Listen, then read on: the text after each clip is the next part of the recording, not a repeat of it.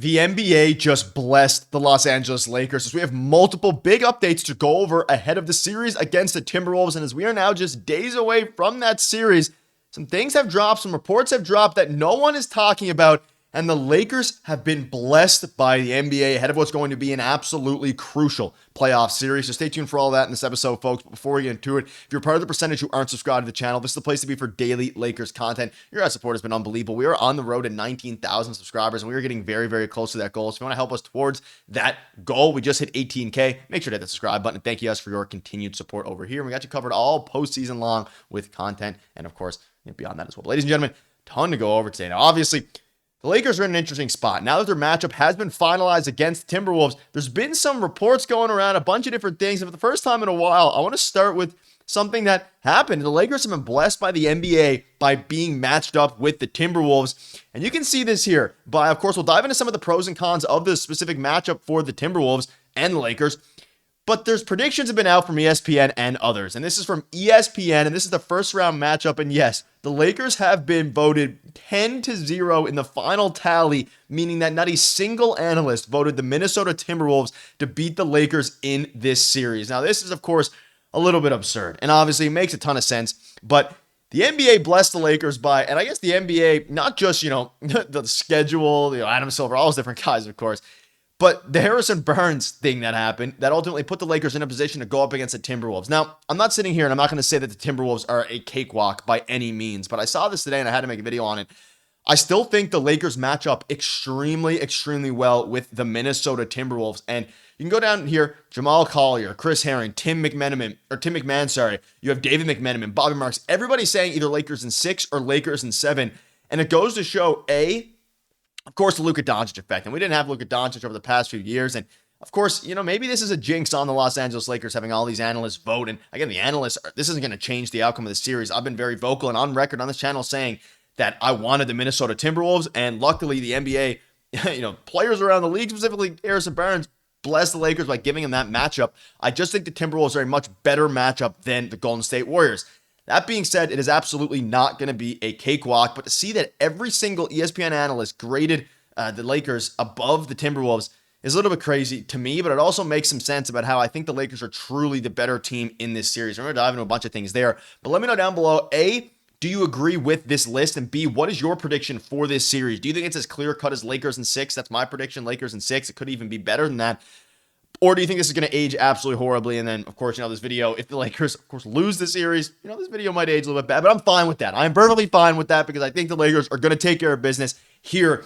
And I want to go over a few different things. Now, from the Lakers' point of view and from the Timberwolves' point of view, we've been seeing a lot of Timberwolves fans lately on Twitter among Lakers Nation here.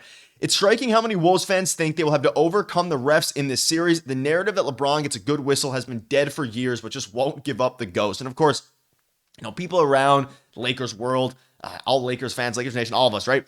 We are discussing about how specifically, we know as Lakers fans that, the whistle thing, and it's blown out of proportion. There has been times this season, specifically from Luka Doncic's perspective, that he has not gotten a good whistle. LeBron James, he doesn't really get good whistles anymore. And there's a ton of different avenues you could point to. You think to Jason Tatum slapping the wrist of LeBron James and all, there's clear fouls that normal refs are going to miss. And I'm not saying that it's going to be a huge issue, but for Timberwolves fans coming out and saying, hey, the refs are going to force them to win this series. They're going to push the Lakers to the finals because it's best for TV. It's just not true, and it's not going to happen. But there's a lot of Timberwolves fans saying that, so I wanted to address that.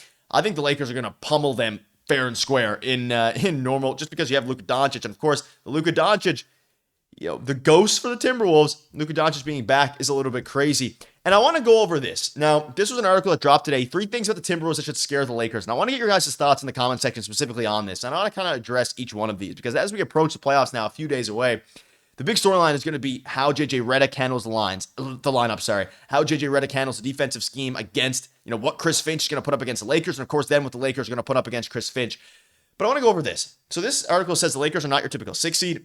Many times, the number 6 seed is the team that limped to the playoffs. The Wolves are different. Minnesota struggled for much of the year as they adjusted to life with Julius Randle and without Cat, but they're peaking at the right time. They won 8 of 9 to close the year and avoid the play-in, and only 4 teams have a better record than they do since the All-Star break. And JJ Redick came out and said some of that in their, in the video, or in his post-game press conference there, following their, them being locked in against the Timberwolves.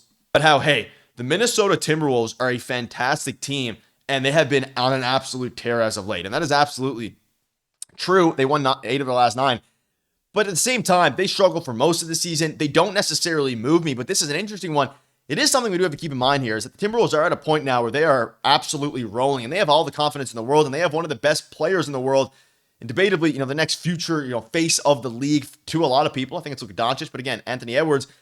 And the Lakers do have to be ready. But I think the preparation for the Lakers is going to kind of take over here. I think JJ Redick is going to, this is his first playoff series. I think all the preparation is going to be good. No one's really talking about how important this is for JJ Redick in his first playoff series to, perform.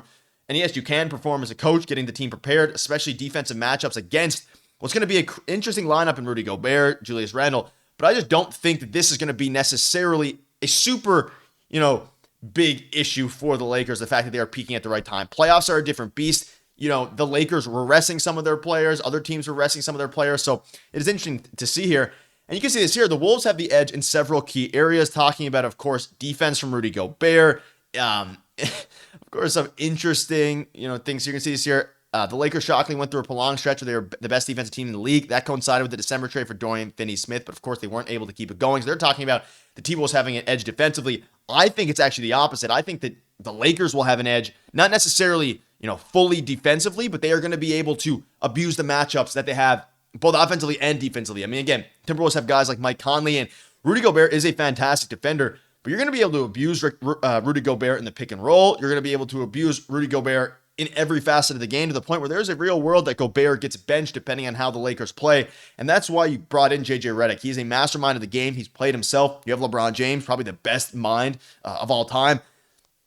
And you're at a point now where you're in a very good spot with this team. And I just think the Lakers are going to clearly position themselves to be the better team. And also, not only that, but all these different cons. And I want to bring this up just to kind of, go back and forth with this article. And I'm curious to see what you guys think about it. I don't think any of these are clear cut. I think the Lakers can be just as good defensively as the T-Wolves, which might be a little bit crazy, but they have Ant, who's a good defender. They have Julius Randle, who's a bad defender. Mike Conley, who's not at this point a great defender. Yes, they have McDaniels and Gobert, but I think Gobert is going to end up being a liability when all things are said and done. And the one point I will give them is they have Anthony Edwards. And that's obviously, he's a very good player. How the Lakers will match up defensively against Ant is going to be a big question mark. But the Lakers have Luka Doncic. The Lakers have LeBron James. The Lakers have the best player in this series, and that is Luka Doncic. Now, second, that's up to you. Whether you want to, give that to Anthony Edwards or LeBron. Probably Anthony Edwards.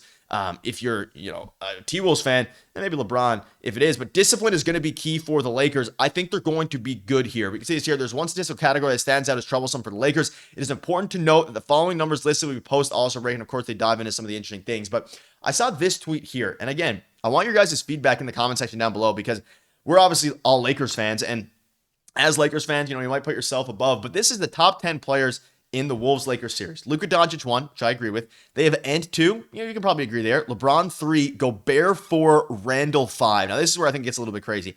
I personally am putting Austin Reaves above both Julius Randle and Rudy Gobert. I think the Lakers have three of the four best players in the series. Now, I understand why, especially if you're an outsider looking in, why you may not give the edge to Austin Reaves, but if you're not watching him play, he has developed so much as a creator, an on-ball, an off-the-ball shooter when Luka Doncic has the ball, an on-ball creator, all these different things. I'm putting Austin Reaves definitely above Julius Randle and Rudy Gobert. That being said, Randle is solid and Gobert is a very good defender. I just don't have a lot of faith in Rudy Gobert to be able to. We've seen him bench in the playoffs before, right? Now, the issue is, and where things start to become a little bit concerning, is the bench. You can see 7 through 10. Obviously they're giving the Wolves the benefit there. And again, this is just some random guy, but I wanted to bring this up because it really goes to show the different thoughts by different fan bases. I think it's going to be interesting. Now, the bench for the Lakers is where it gets a little bit concerning. You have Dorian Finney-Smith, you have Gabe Vincent. Those are going to be your two key bench guys, assuming Rui Hachimura starts. I think you could argue that Dorian Finney-Smith is better than Nickeil Alexander-Walker and could be better than Dante DiVincenzo as well. I think that they're really underestimated Dorian Finney-Smith here. Naz Reid, he's a very good player, similar to Dorian Finney-Smith in the production department. I would say Naz Reid probably definitely has an edge over Dorian Finney-Smith, but it depends what you need, because DFS is, of course, a defensive-minded wing, where a power forward, really, where you have Naz Reid, who's more of a scorer and can play some defense as well. But the defensive side of the ball is going to be the biggest concern for both teams here. But also, the bench is where, if the Timberwolves have one benefit, it is the bench. They have Dante DiVincenzo, who's good. They have Nickeil Alexander-Walker, Jalen Clark, and of course Naz Reid. If the Lakers can just contain Their starting five, I'm confident in the bench lineups that JJ Redick throws out there. I'm confident in Austin Reaves, all those guys managing that, especially, with Gabe Vincent, Jared Vanderbilt, Dorian Finney-Smith. Let me know down below what your thoughts are. Are you worried about the Lakers? I think the NBA has absolutely blessed the Lakers. It's at the point now where I'm excited to see what they can do going forward because they're in a fantastic spot and they're going to be able to make a big run here. And every single analyst, ladies and gentlemen, has the Lakers winning in 6 or 7. And let me know down below what your thoughts are on this. Thank you guys for watching. Cheers.